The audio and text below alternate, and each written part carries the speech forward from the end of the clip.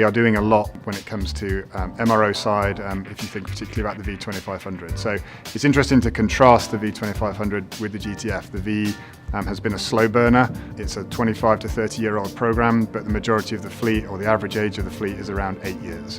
So it's absolutely not an old program, but it has been around for a long time. So we've been seeing an increase there in terms of shop visit demand.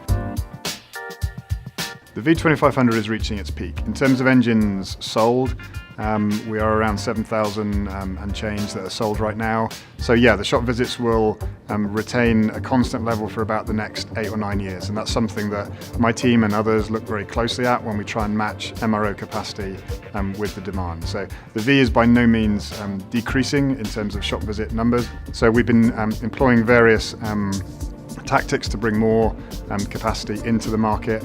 And we've been expanding both our own Pratt Whitney network with our partner network, as well as making some arrangements with non-partner shops to help us with managing that additional load.